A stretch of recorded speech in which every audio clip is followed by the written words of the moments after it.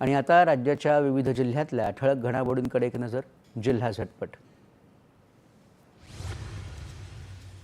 सांडपाण्याचा निचरा सुरळीत करण्यासाठी जालन्यात नाल्यांवरील अतिक्रमण हटवण्याची मोहीम सुरू.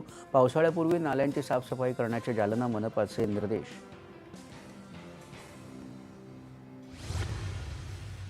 रायगड जिल्ह्यातील कर्जत तालुक्यात दिव्यांग कल्याणकारी योजनेअंतर्गत पात्र लाभार्थ्यांना निधी वाटप तसंच आर्थिक लाभ वितरण कार्यक्रम संपन्न.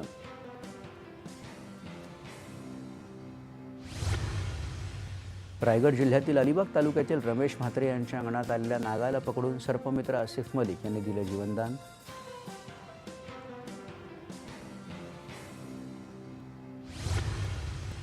चंद्रपूर जिल्ह्यात उष्णतेच्या लहरींमुळे गंभीर समस्या बनलेल्या उष्माघाताच्या प्रतिबंधासाठी 65 उष्माघात कक्ष जिल्ह्यात सज्ज. आरोग्य यंत्रणा अलर्ट मोडवर. चंद्रपुरात चहाचं दुकान चालवणाऱ्या व्यावसायिकाची लेक एम्स नागपूरमधून सुवर्णपदकासह झाली. MBBS उत्तीर्ण. 5 एप्रिल रोजी नागपुरात राष्ट्रपतींच्या होते होणार सन्मान.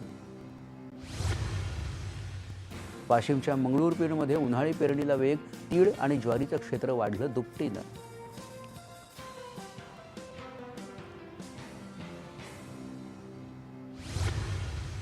राज्यातील लाखो भाविकांचं श्रद्धास्थान असलेल्या अहिल्यानगर जिल्ह्यातील नेवासा येथील श्री महालक्ष्मी देवीच्या यात्रेनिमित्त लाखो भाविकांनी घेतलं दर्शन. शेकडो पालख्यांनी मंदिरात लावली हजेरी.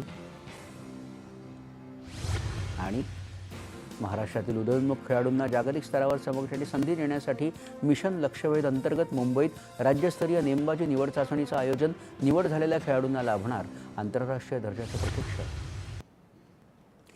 पुढील